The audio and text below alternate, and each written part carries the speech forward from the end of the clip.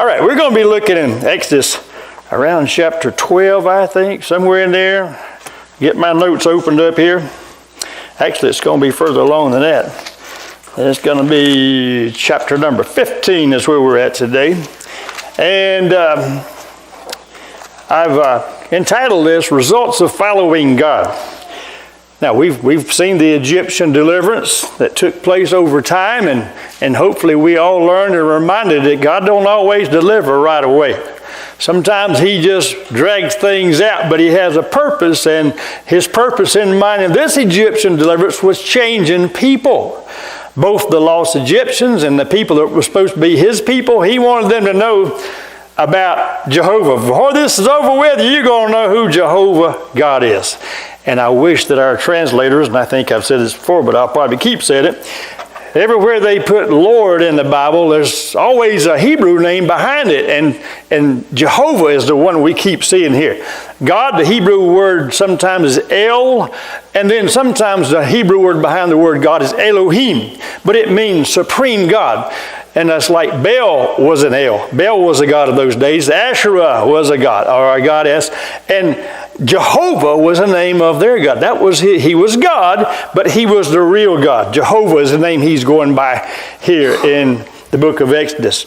Okay, now, let's don't forget the experience that God, first of all, following God.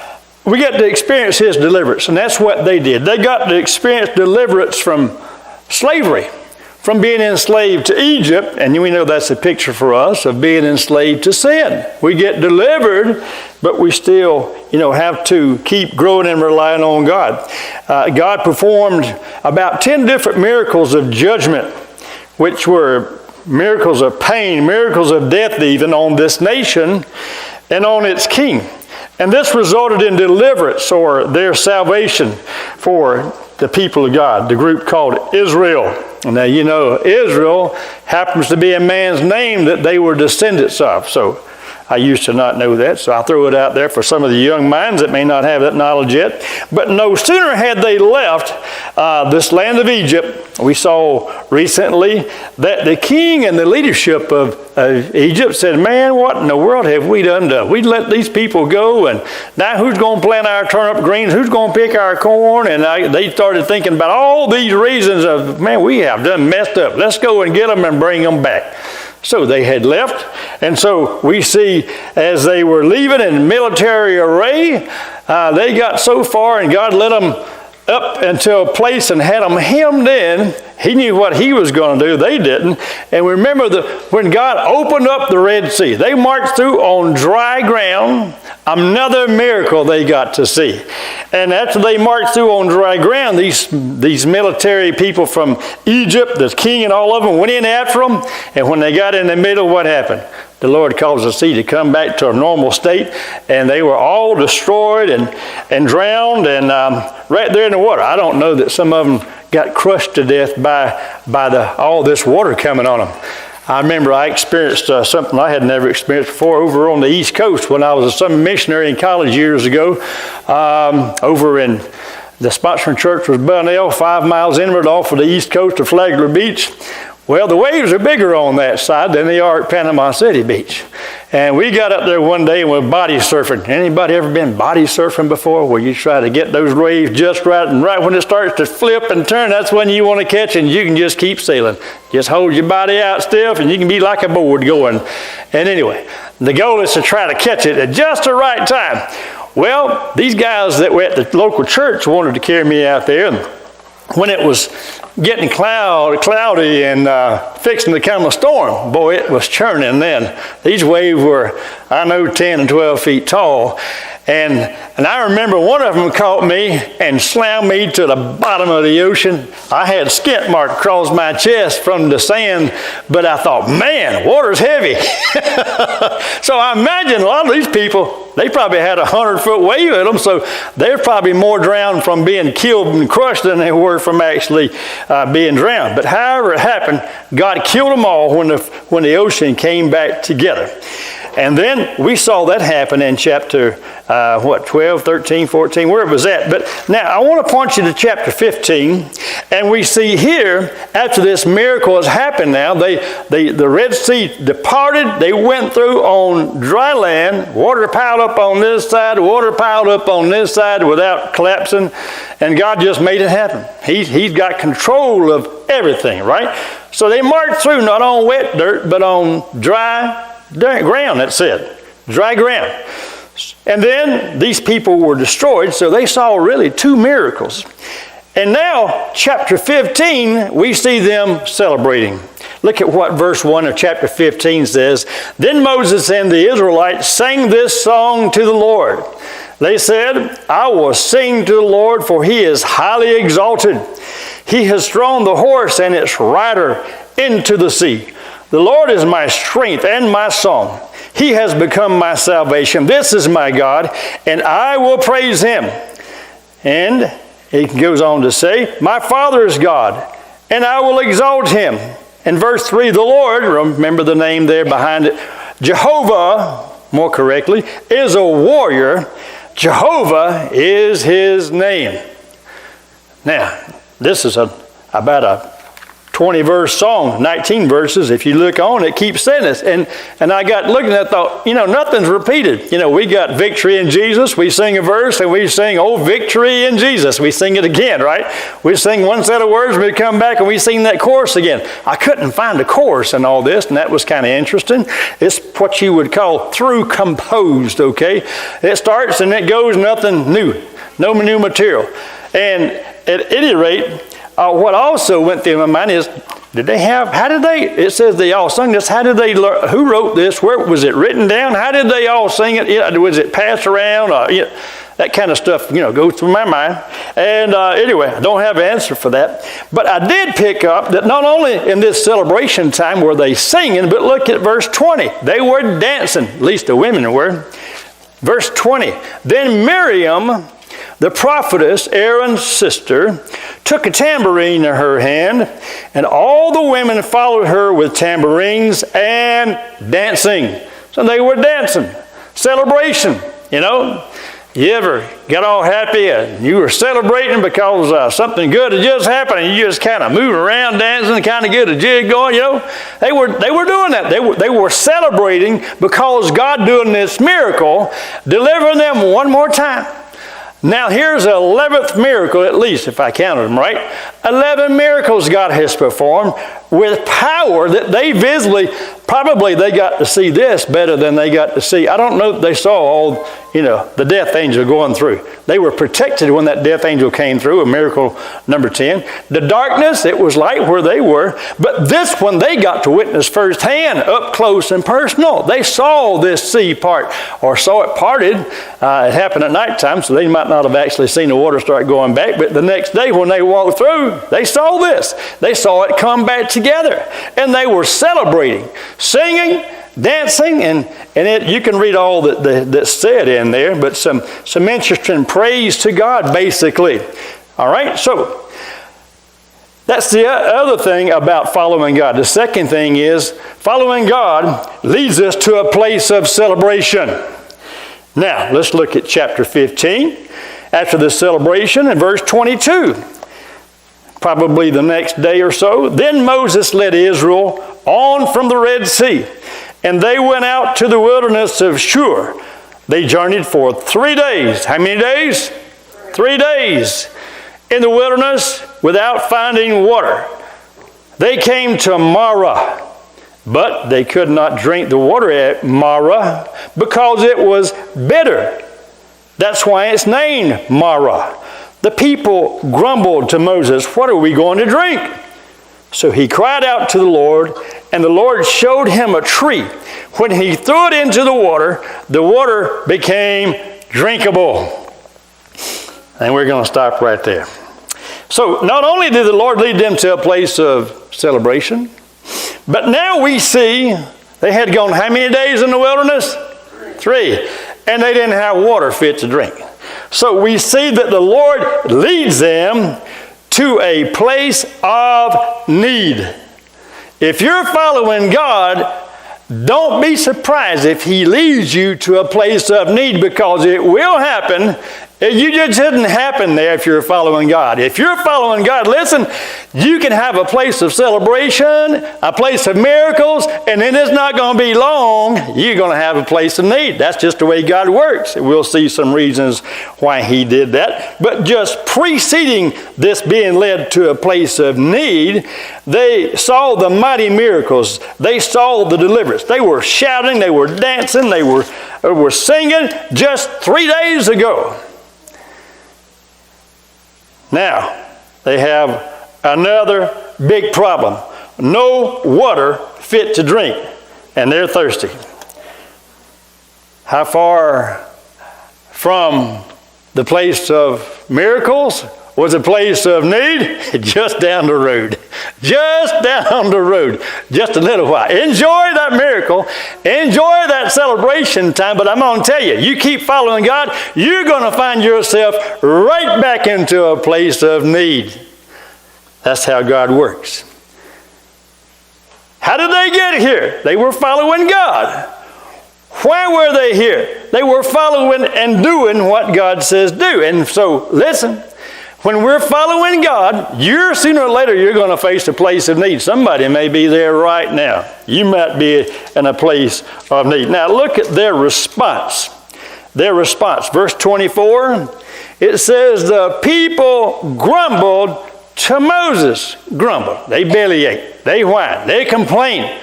You know, oh man, I don't know why he led us out here. He was following God. That's what he was doing. What do you want him to do? Just flip a coin, we're going to go this way or that way? Follow God. If you're following God, you know, hey, I'm on the right path. I know he's following me. Yes, there may be trouble, but as long as I've got the cloud in front of me, as long as I can see the fire, I know God's going to deliver me. He will see me through this. Now they're complaining. It's like they have amnesia. They forgot God just did a big miracle. Now they're unbelievers. They're acting like unbelievers. Well, God just provided for you. You know, they bellyaching and whining and complaining. And, you know, they should have responded maybe this way. They should have said, what? No water? Shoot. Jehovah God's going to take care of this.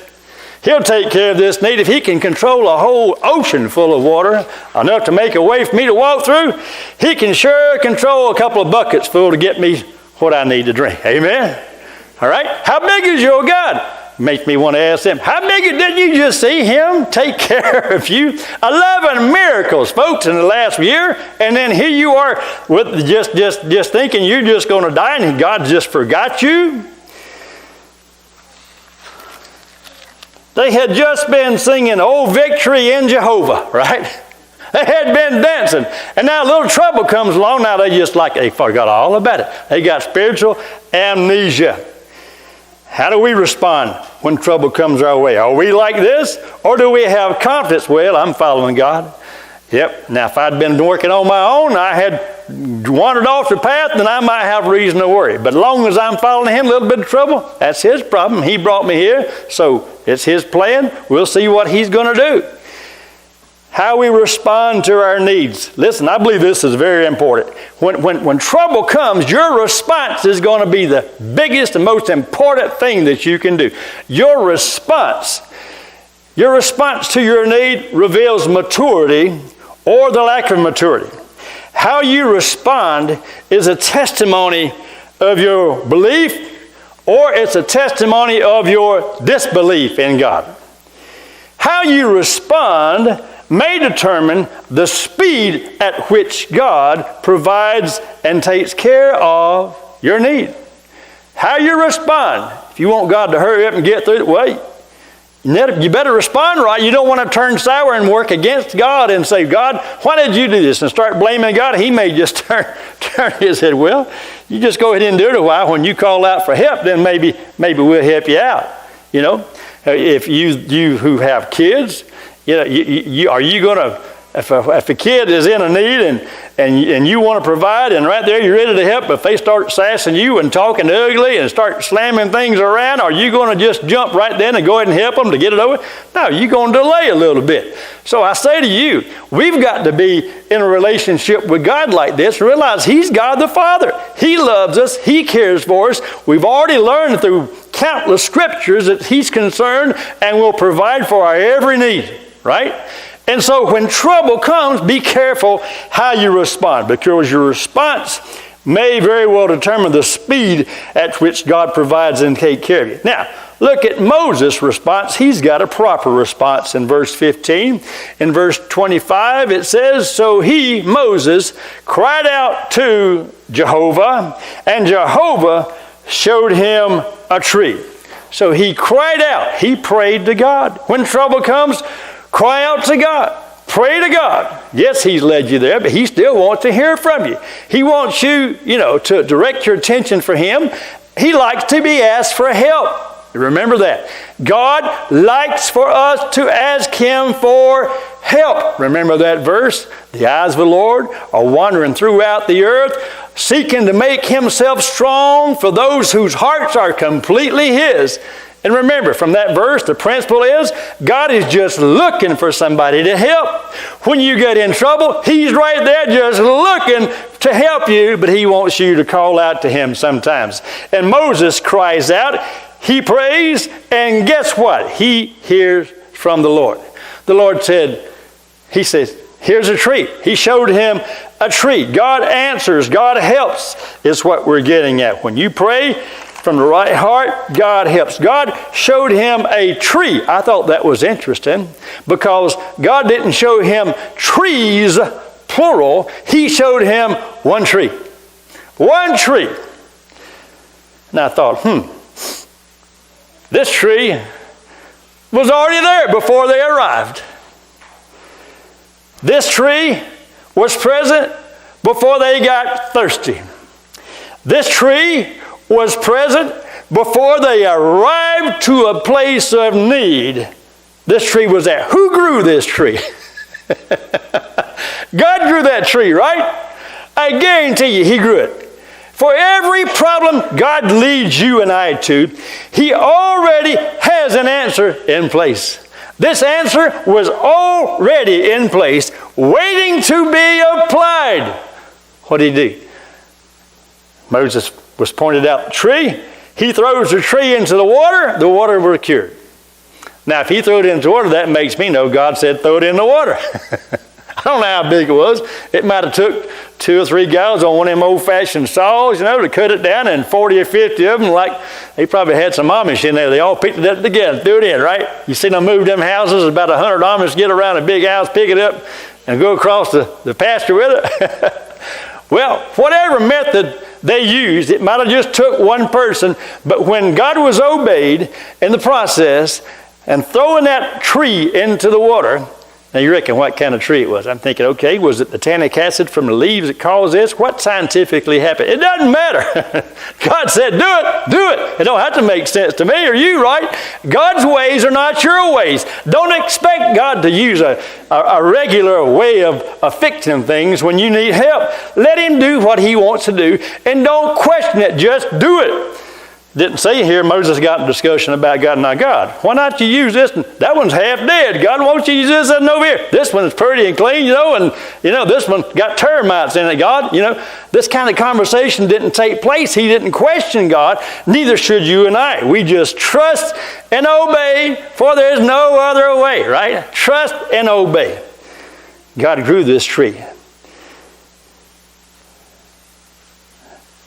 Let me turn my page here. Trust and obey. God's ways are not like ours. Now, final thing about the result, another result of following God.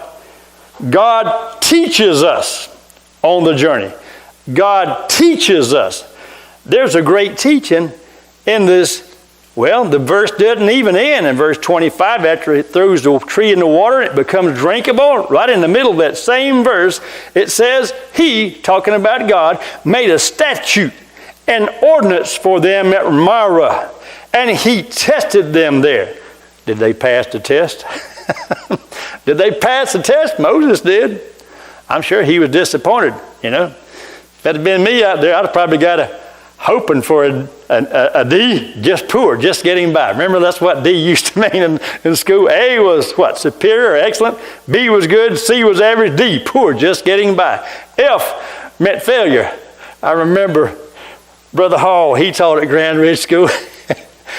I don't think I've shared this here, but he's talking about he had a student come up to him and said, Mr. Hall, why did you give me an F on that test?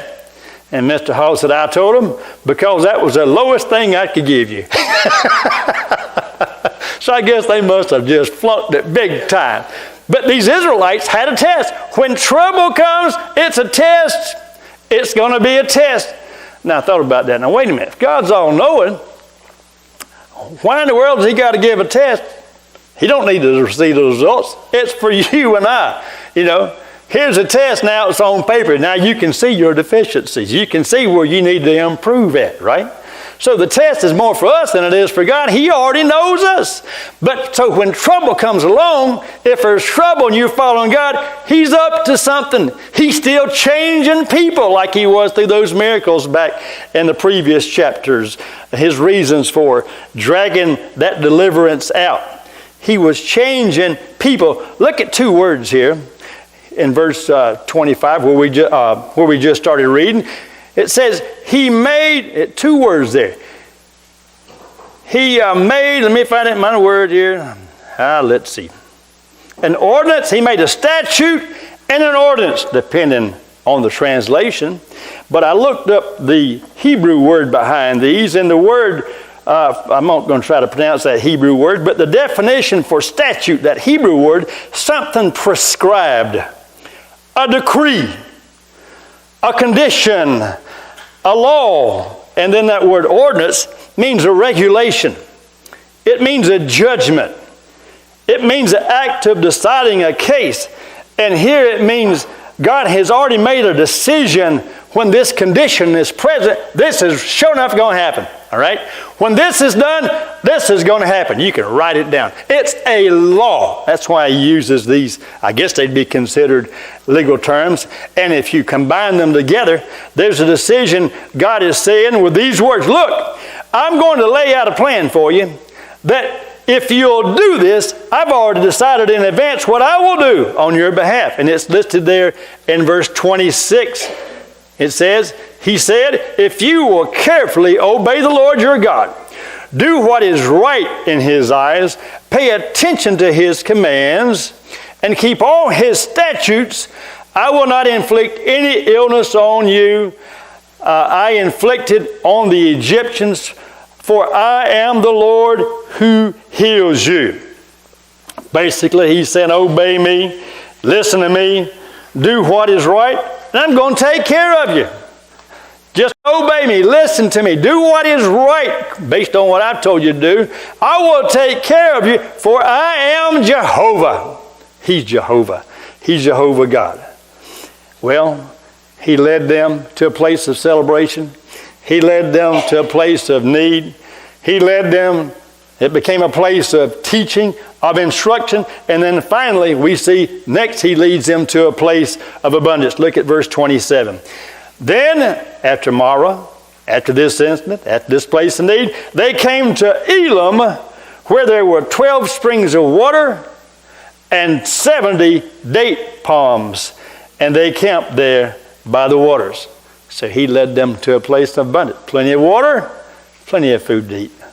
So just hang in there. Keep following God. If things get bad, he's up to something.